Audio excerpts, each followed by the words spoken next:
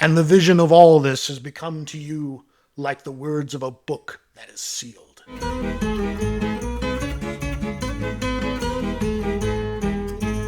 Hello, everyone. This is Gilgamesh, and this is the second half of Isaiah chapter 29, verses 9 through the end of the chapter.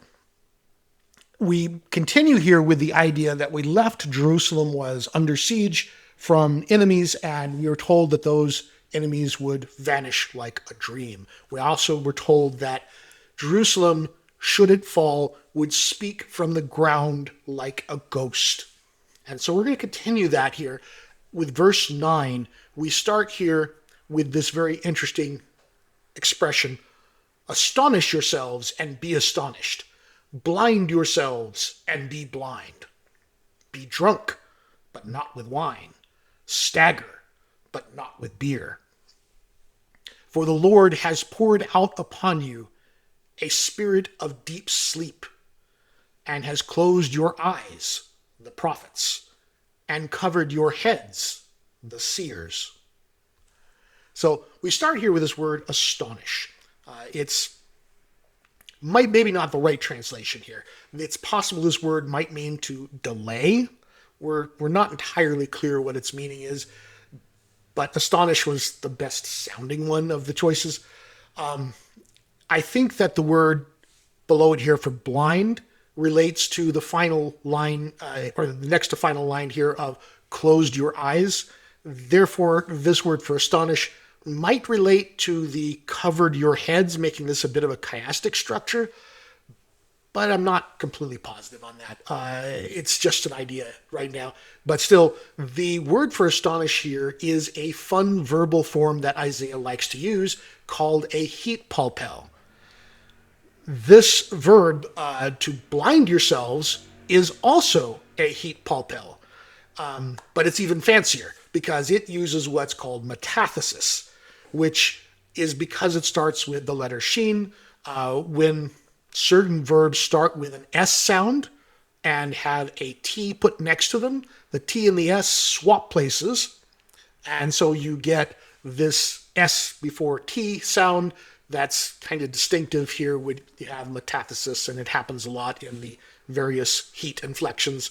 This is similar to the heat pael, but this is the heat palpel, which means that you have a repeating syllable in it, which is one of the things that Isaiah seems to really kind of enjoy. He uses them a lot. So we have this interesting pattern here to it with this unusual verbal inflection here, and the repetition is obviously intentional. Now, in this, we do have the words the prophets and the seers.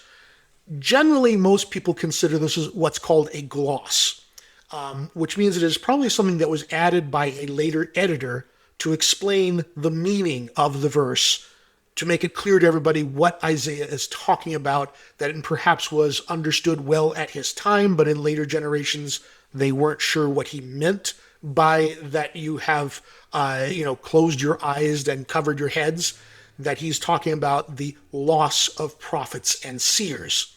And so these words are probably added as explanations to what the meaning of the verse is about, so that it is clear to later readers. These words kind of stick out grammatically from the rest of the sentence, and that's part of why it seems an obvious gloss here. The idea here is that the people find themselves in a state where they no longer have prophets and seers to guide them, and they are lost like drunks, staggering about, but it isn't from alcohol. They're just lost because they have no one to guide them anymore, so they are staggering about as though they were drunk. And we get this explanation in verse 11.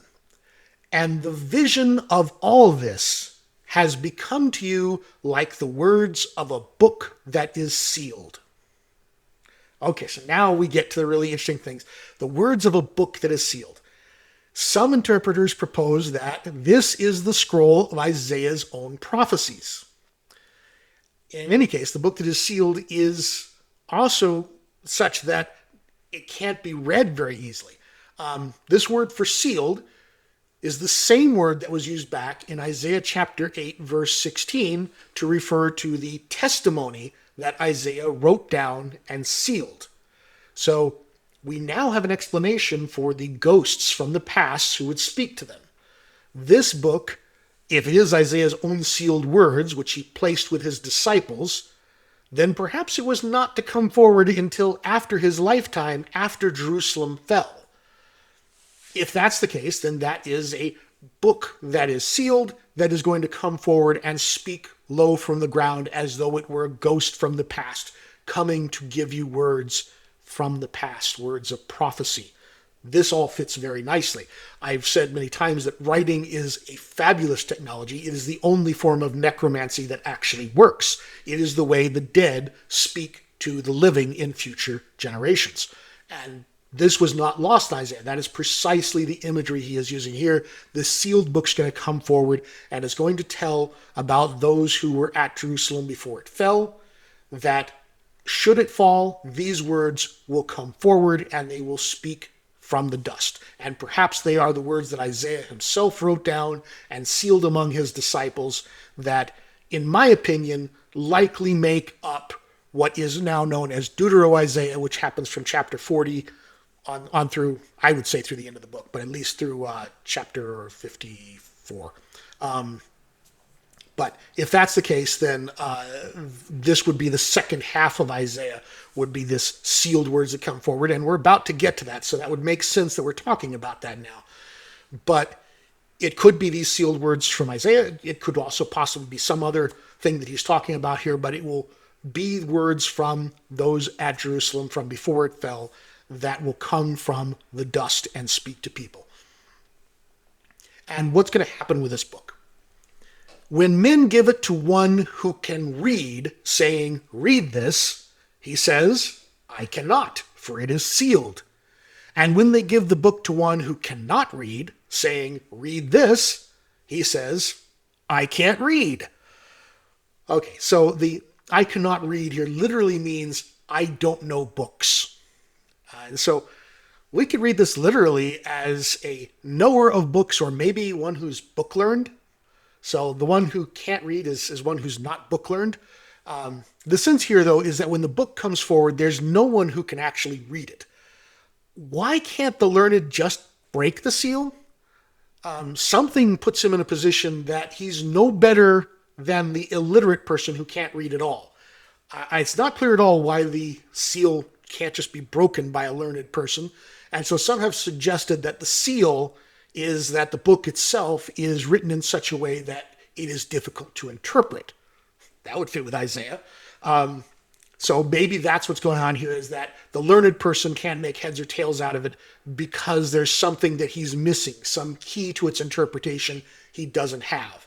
Whereas you take it to an illiterate person who cannot read, and he's like, well, what am I going to do with a book? And so that's the problem here, is that the learned are no better than the unlearned in this respect. Nobody can quite read the book.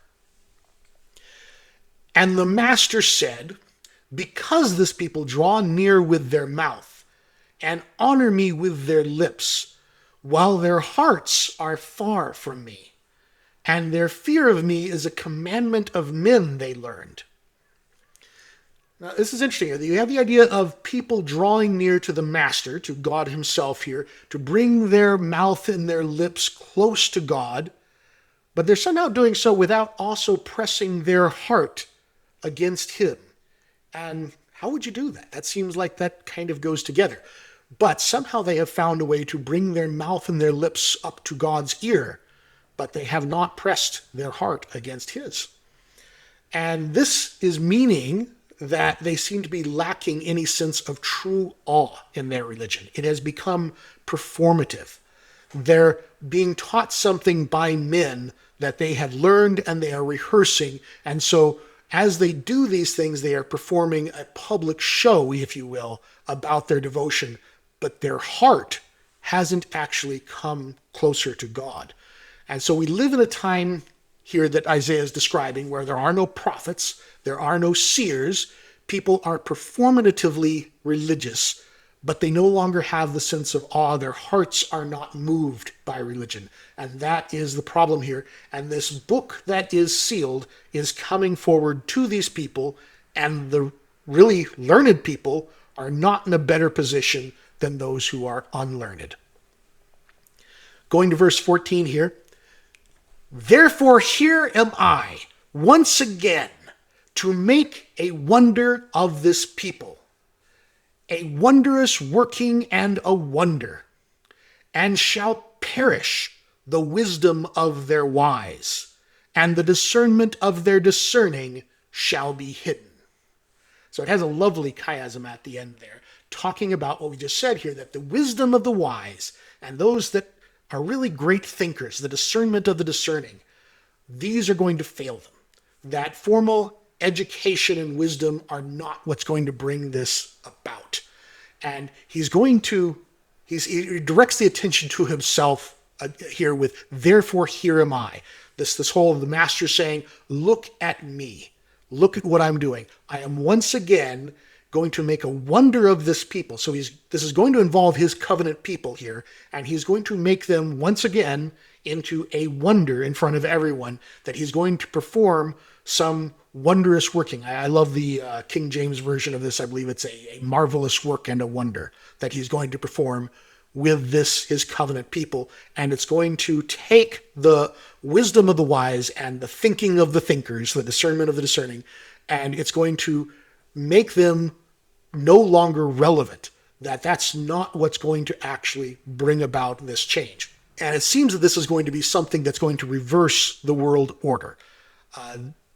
The intellectual elite are going to be found to not be all that smart. And this seems directly related to the idea that the learned can't read the book. Going to verse 15 here. Woe you who bury deep from the Lord to hide a plan, that they should be in darkness their deeds. And they say, who sees us? Who knows us? You turn things upside down. So here the Lord criticizes the wicked for their scheming plans and says that they have turned things upside down. And they're hiding their works and thinking, nobody knows what we're doing. This is all being done in secret. They have some sort of special secret combination or plan or some secret counsel among themselves that they are hiding deep from God, thinking that nobody knows what they're actually doing. And they have turned the world order upside down. And then he expands on this idea of turning the world order upside down to explain what he means here. Shall, as clay, the potter be regarded? For the thing made will say to his maker, he did not make me. And the thing formed say of him who formed it, he has no understanding. So this expands this idea of turning things upside down, with the creation gaining such pride that it can turn on the creator. That the potter, the one who makes clay, is going to be regarded as clay himself. And the thing that is clay, the thing that he made, is going to say, he's not my creator. He didn't make me. And he's going to say of the creator, he doesn't understand. He doesn't have the learning and understanding I have. So there's a huge amount of pride in here that the creation will be belittling the creator, denying the creator a role as creator, and claiming that they know more than the creator. All of this is the turning of things upside down. And so we have here more of the idea of turning things upside down, but now suddenly we seem to be talking about that the Lord is going to be the one to take a turn at turning things upside down and perhaps maybe even reversing them back to the way they should be. It says here in verse 17, is it not yet a very little while, and shall turn Lebanon into the Carmel, and the Carmel into a forest shall be regarded. It's a nice little chiasm there again. And I formatted it as such. So we're going to turn Lebanon into the Carmel. Some translations will put this as turning Lebanon into farmland or Lebanon into an orchard. This is a little complicated because both Lebanon and Carmel are both general terms and also specific regions. And it's not clear if we're referring to the specific regions or to the general term. So as a general term, Lebanon meant a beautiful forest land. Lebanon, the actual region, being the great example of really rich farmland. And Lebanon, particularly its famous cedars, were often used as examples of the proud and lofty, because what's more proud and lofty than a magnificent cedar tree? And so we have here the idea of Lebanon, the proud, is going to be reduced to Carmel. Carmel is this range of mountains that is near modern-day Haifa, and while it is a very beautiful area, it is not a forest. And it's saying that Lebanon is going to be reduced to this more common farmland. That is no longer going to be the mighty forest. It's going to be simple, lowly farmland. Whereas the farmland is going to be turned into a forest. A different word here because they don't always like to repeat the exact words, but this is a synonym here for Lebanon, that this will be a forest area that Carmel will be turned into. So we have here that we're depicting some type of a reversal in fortunes. The mighty forest of Lebanon will be changed into a common orchard or a common farmland, and the common orchard or farmland of Carmel is going to become the mighty forest. So we're talking here about a reversal. And then we go on in verse 18. In that day, the deaf shall hear the words of a book, and out of their gloom and darkness the eyes of the blind shall see. The meek shall obtain fresh joy in the Lord, and the poor among mankind shall exult in the Holy One of Israel. So here we come back to the book, the sealed book, and the deaf are going to hear the words, and the blind are going to see. We have again the idea of those that lived in the valley of the shadow of death, those that walked in darkness have seen a great light. That imagery is coming back here, that those that are blind in gloom and darkness here, they are going to see. The deaf are going to hear, and they're going to hear these words of the book, and the blind are going to be able to read them, and the meek and the poor are going to be the ones who exult in the Holy One of Israel. So again, the reversal of fortune, those that are the elite of society will not be the ones who accept these words of the book, but it will be the poor and the meek who do so, and those who had been blind and deaf, possibly going back to those who lacked the prophets and the seers previously, are going to hear the words of the book and suddenly have their direction given back to them, that they'll no longer be staggering around like drunk people, that they will have the guidance they need to move forward. Now, one thing that I really like that Robert Alter pointed out about this is this prophecy is not about an attack by hostile armies, but about the perversion of social justice that's now going to be restored.